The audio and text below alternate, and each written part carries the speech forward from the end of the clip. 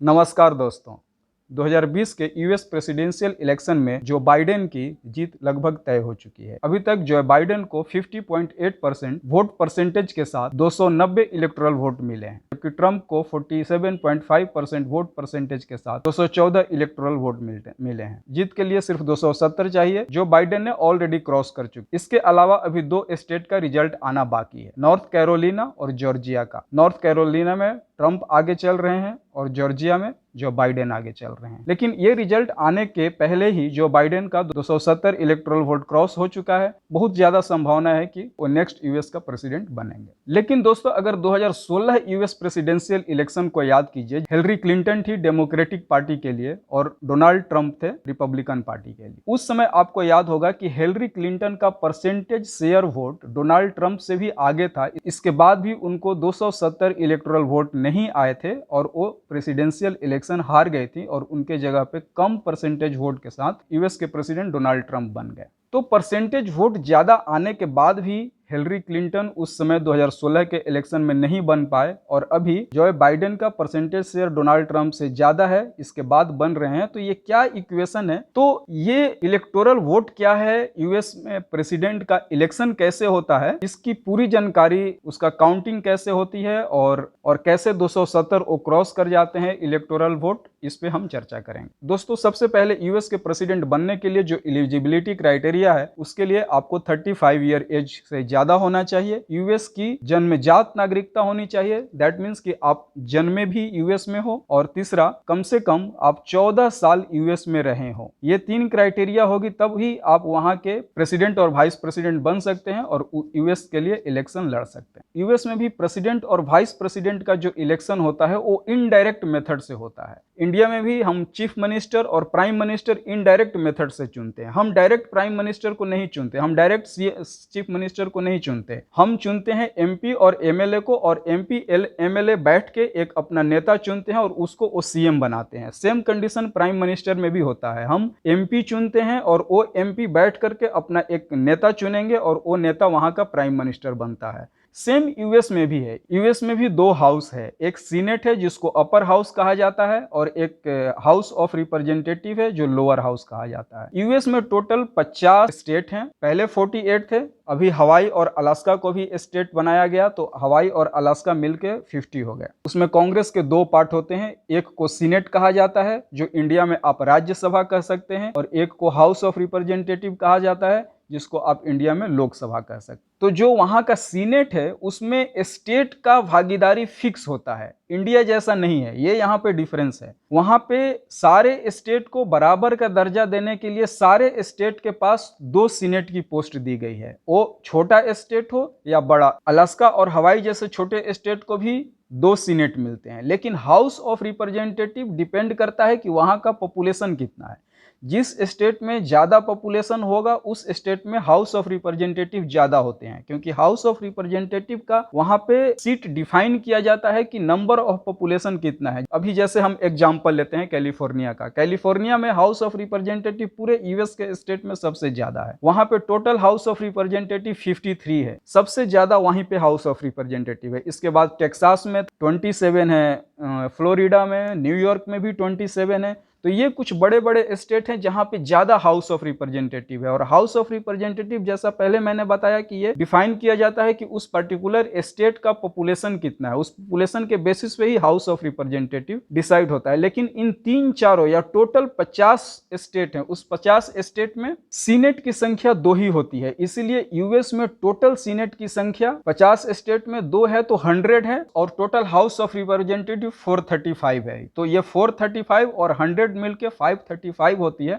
जो वहां पे टोटल इलेक्टोरल वोट की काउंट है वो 438 है। जो 3 इलेक्टोरल वोट आते हैं वो वाशिंगटन डीसी से आते हैं। वो डीसी आप ये सोचिए कि कुछ दिल्ली जैसा है। तो डीसी से 3 इलेक्टोरल वोट आते हैं, जिसमें 2 सीनेट होता है और 1 हाउस ऑफ रिप्रेजेंटेटिव होता है। ऐसे छोटे छोटे स्टेट यूएस में बहुत सारे हैं। अलास्का में भी पॉपुलेशन बहुत कम है। पॉपुलेशन बहुत कम होने के बाद एक तो आपको हाउस ऑफ रिप्रेजेंटेटिव वहां से चुनना ही है, और चूंकि आप स्टेट बना के रखे हैं, पूरे यूएस में सारे स्टेट के बराबर दर्जा देने के लिए आपको वहां तो 2 सीनेट देना पड़ेगा। तो वहां से भी 3 आते हैं। तो टोटल इलेक्टोरल वोट इसके बेसिस पे यूएस में 538 है। तो वही 538 टोटल इलेक्टोरल वोट है, और उसी 538/2 कीजिए तो 269 आता है। 269 + 1 270। तो एक कैंडिडेट को मिनिमम 270 इलेक्टोरल वोट चाहिए वहां के प्रेसिडेंट बनने के लिए। वो इलेक्टोरल वोट कैसे काउंट करते हैं, इसका मैं आपको एग्जांपल देके समझाता हूं। जैसे आप कैलिफोर्निया का एग्जांपल ले लीजिए। कैलिफोर्निया में टोटल इलेक्टोरल वोट 55 है, जिसमें 53 हाउस ऑफ रिप्रेजेंटेटिव से आते हैं और 2 चूंकि स्टेट है तो सीनेट से आते हैं, तो टोटल 55 हो जाता है। वहां टोटल 50 स्टेट है, और उस टोटल 50 स्टेट में 48 स्टेट में विनर टेक ऑल का रूल है। ये जो 2 स्टेट है जिसमें विनर टेक ऑल का रूल नहीं है, वो है वहां का माइने और नब्रास्का। और ये नब्रास्का और माइने में वो अपने रूल से इलेक्टोरल वोट काउंट करते हैं, और वो फिर कंट्रीब्यूट होता है आइदर जिस पार्टी का वो वोट गया, आइदर रिपब्लिकन का हो या डेमोक्रेटिक का हो और अदर पार्टी का हो। और आपको मैं बता दूं कि यूएस में सिर्फ 2 ही पार्टी नहीं है। यूएस में अभी 5 पार्टियां हैं, जो सबसे जो इंपॉर्टेंट 2 पार्टियां हैं वही हम ज्यादा जानते हैं, रिपब्लिकन और डेमोक्रेटिक। इसके अलावा लाइबर्टेरियन पार्टी है, ग्रीन पार्टी है और इंडिपेंडेंट पार्टी है। इस पार्टी को हम ज्यादा नहीं जानते क्योंकि ये बहुत ज्यादा फेमस पार्टी वहां की नहीं है, लेकिन 2 पार्टी को सभी लोग जानते हैं, जो रिपब्लिकन है और डेमोक्रेटिक है। तो ये विनर टेक ऑल 48 स्टेट में कैसे काम करता है वो मैं आपको एक एग्जांपल देके समझाता हूं।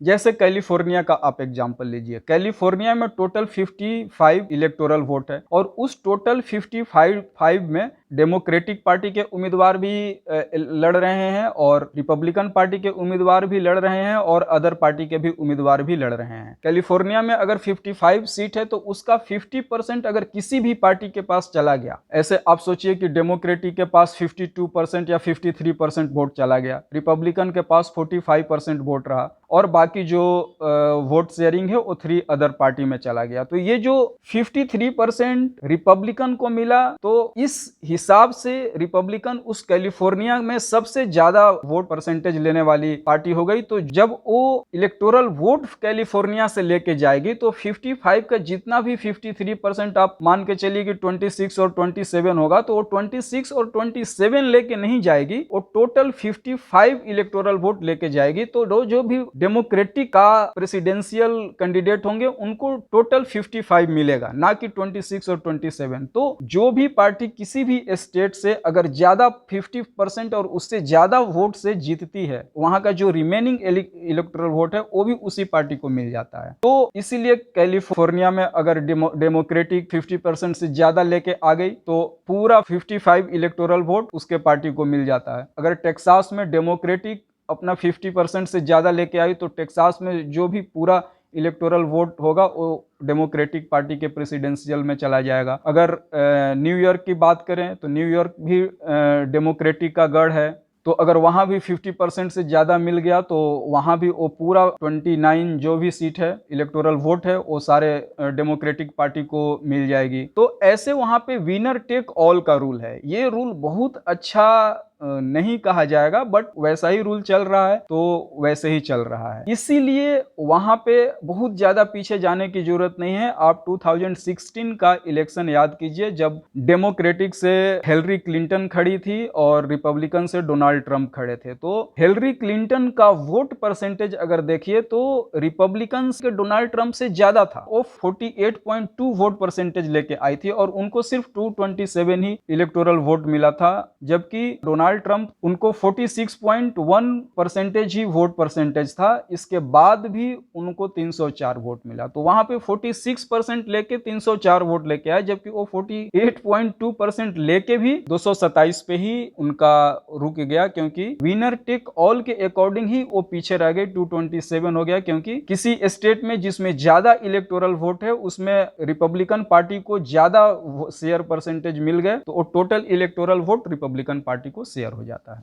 दोस्तों, यूएस में कोई भी कैंडिडेट किसी भी पार्टी को हो सिर्फ 2 टर्म ही प्रेसिडेंट रह सकता है। ये 1951 के में 22वां संशोधन उनके कॉन्स्टिट्यूशन में हुआ था कि कोई भी कैंडिडेट यूएस प्रेसिडेंट 2 टर्म के लिए ही रह सकता है। तो चूंकि एक टर्म उनका 4 साल का होता है, तो 2 टर्म रहने का मतलब कि कोई भी कैंडिडेट वहां पे 8 साल तक ही यूएस प्रेसिडेंट रह सकता है। लेकिन दोस्तों, उस केस में क्या होगा जब कोई भी वहां का यूएस प्रेसिडेंट बना और वो अपना 4 साल का पूरा कार्य कार्यकाल पूरा नहीं कर पाया और बीच में उसको किसी भी कारणवश से वो पद खाली हो गया। उस केस में वो उनके संविधान में ऐसा है कि जो वहां का वाइस प्रेसिडेंट रहेगा वही प्रेसिडेंट बन जाएगा। ऐसा नहीं कि प्रेसिडेंट की पोस्ट खाली हो गई तो फिर से री इलेक्शन होगा। वहां पे ये रूल बहुत ही स्ट्रॉन्ग और बहुत ही बढ़िया है। जो इलेक्शन होता है वो फिक्स होता है, 4 साल के पहले इलेक्शन नहीं होता। उनकी इलेक्शन की डेट फिक्स है, उनकी अनाउंसमेंट की डेट फिक्स है, ओथ लेने की डेट फिक्स किया गया है। लेकिन यहाँ पे एक और भी सवाल है कि अगर सपोज जो वहां का वाइस प्रेसिडेंट है और वो प्रेसिडेंट बन जाता है तो क्या वो प्रेसिडेंशियल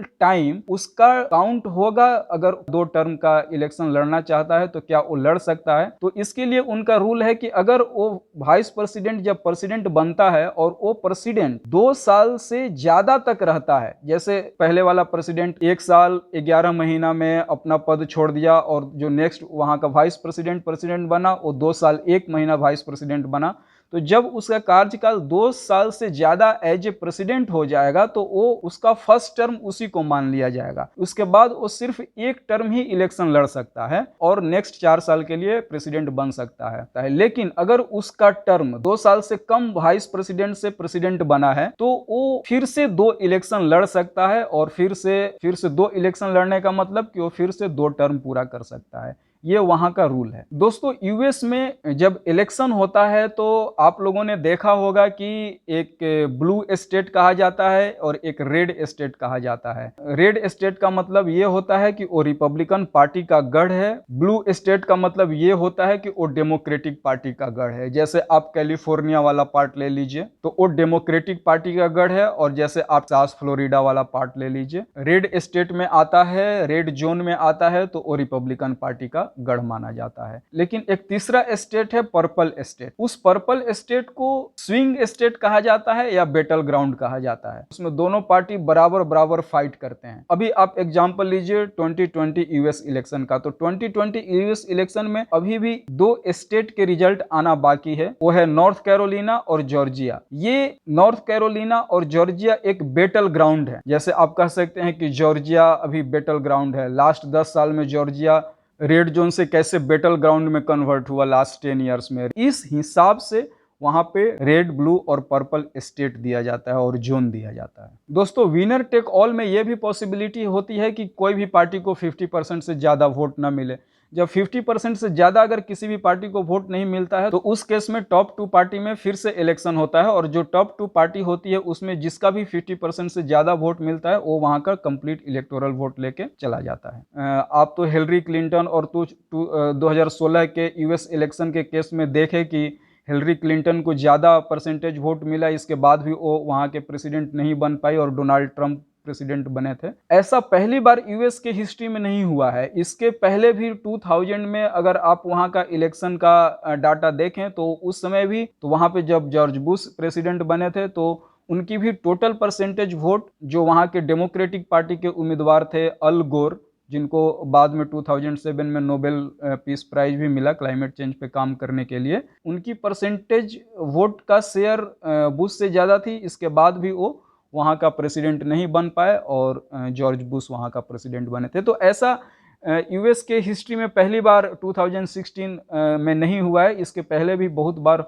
होता आ रहा है कि एक कैंडिडेट को ज़्यादा परसेंटेज वोट मिलने के बाद भी वो वहाँ का प्रेसिडेंट नहीं बन पाते हैं, क्योंकि वहां पे विनर टेक ऑल का रूल है। और अब दोस्तों एक बहुत ही इंपॉर्टेंट चीज पे बात करने जा रहा हूं, और वो है कि अगर एज्यूम कीजिए कि ये जो 2 टॉप पार्टियां हैं रिपब्लिकन और डेमोक्रेटिक, इन 2 टॉप पार्टियों में से किसी को भी 270 इलेक्टोरल वोट नहीं आया तो क्या होगा? क्या यूएस में प्रेसिडेंट का फिर से इलेक्शन होगा इलेक्टोरल वोट का? नहीं, फिर से नहीं होती है। अब ये चीजें चल जाती है कांग्रेस के पास, सीनेट और हाउस ऑफ रिप्रेजेंटेटिव के पास चला जाता है, और वो senate and house of representative का सिर्फ वोटिंग होता है कि अगला प्रेसिडेंट कौन बनेगा। वो कैसे होता है मैं आपको एक एग्जांपल देके समझाता हूं। जैसे आप सोचिए कि किसी भी पार्टी को 270 वोट नहीं मिला, तो उस केस में कांग्रेस क्या करती है, कांग्रेस मतलब सीनेट और हाउस ऑफ रिप्रेजेंटेटिव क्या करती है। तो इस तरह की बातें प्रेसिडेंट के केस में भी हो सकता है और वाइस प्रेसिडेंट के केस में भी हो सकता है, क्योंकि दोनों का चुना जाना लगभग सेम ही प्रोसीजर होता है। अगर प्रेसिडेंट पोस्ट के लिए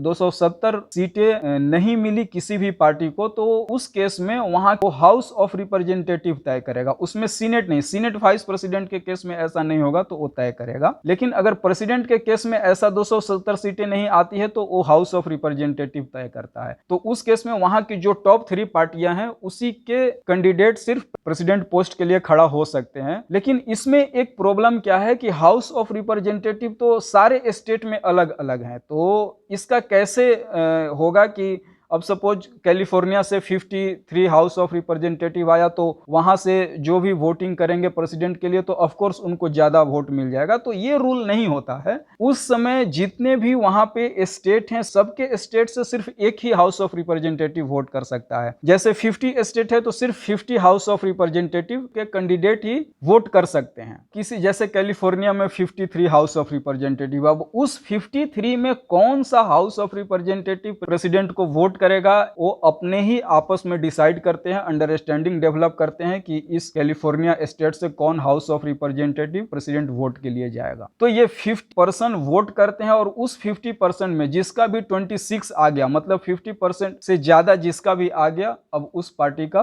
प्रेसिडेंट चुन लिया जाएगा। लेकिन दोस्तों इसमें भी एक प्रॉब्लम है। वो प्रॉब्लम ये है कि एग्जाम्पल से मैं समझाता हूं। 50 सीट है, 3 कैंडिडेट है। आप एग्जाम्पल लीजिए कि एक पार्टी का 24 सीट मिल गया, दूसरे का 20 मिल गया और तीसरे का 6 मिल गया। तो 50 तो हो गए, 50 लोग तो वोट डाल दिए, लेकिन किसी को भी टोटल 50 का 50% से ज्यादा नहीं मिला। दैट मीन्स 26 किसी का नहीं है। तो उस केस में क्या होगा? उस केस में ऐसा नहीं है कि जिसको 24 मिला है उसको प्रेसिडेंट बना दिया जाएगा। उस केस में फिर से इलेक्शन नहीं होगा, फिर से हाउस ऑफ रिप्रेजेंटेटिव के एक एक कैंडिडेट वोट नहीं डालेंगे। तो उस केस में दोस्तों जो वहां का वाइस प्रेसिडेंट होगा वही प्रेसिडेंट बन जाएगा। तो जब वाइस प्रेसिडेंट प्रेसिडेंट बन गया, तो वाइस प्रेसिडेंट की पोस्ट खाली हो गई। तो वाइस प्रेसिडेंट की पोस्ट भरने के लिए हाउस ऑफ रिप्रेजेंटेटिव नहीं आता है, अब वाइस प्रेसिडेंट की पोस्ट भरने के लिए सीनेट आता। तो सीनेट के पास टोटल यूएस में 100 सीट है, हर एक स्टेट में 2 सीट, तो 50 स्टेट है तो 100 सीट। तो वो 100 सीट में सारे लोग वाइस प्रेसिडेंट के लिए वोट डालते हैं, क्योंकि 2 सीट है तो 2 सीट का मतलब कि सारे स्टेट को बराबर का दर्जा दिया गया है। तो उसमें ऐसा नहीं है कि 50 लोग वोट डालते हैं, उसमें 100 लोग वोट डालते हैं। और जिसका भी 50% से ज्यादा, जैसे जिस भी पार्टी का 51 वोट आ गया, उसको फिर वाइस प्रेसिडेंट बना दिया जाएगा। दोस्तों जो अब मैं आपको बताने जा रहा हूं वो भी एक बहुत ही इंपॉर्टेंट चीज है। उनका इलेक्शन डेट कैसे डिसाइड होता है, उनका इलेक्शन डेट भी फिक्स होता है। जैसे अभी 3 नवंबर का इलेक्शन हुआ, तो 3 नवंबर वो डेट होता है जो उनके नवंबर में जो पहला मंडे आएगा, पहला मंडे के बाद जो भी पहला ट्यूसडे आएगा, उसी डेट को उनका इलेक्शन होता है। तो अभी 3 नवंबर को आया, तो 3 नवंबर को उनका इलेक्शन कंडक्ट कराया गया। तो वो पहले से उनका फिक्स। के बाद उनका एक बहुत ही इंपॉर्टेंट डेट होता है 14 दिसंबर। तो 14 दिसंबर को क्या होता है कि जो भी उनका इलेक्टोरल वोट है, जैसे हाउस ऑफ रिप्रेजेंटेटिव और सीनेट, वो 14 दिसंबर को इकट्ठा होते हैं और वो अपना वोट डालते हैं कि किसको प्रेसिडेंट बनाना है। जैसे ये तो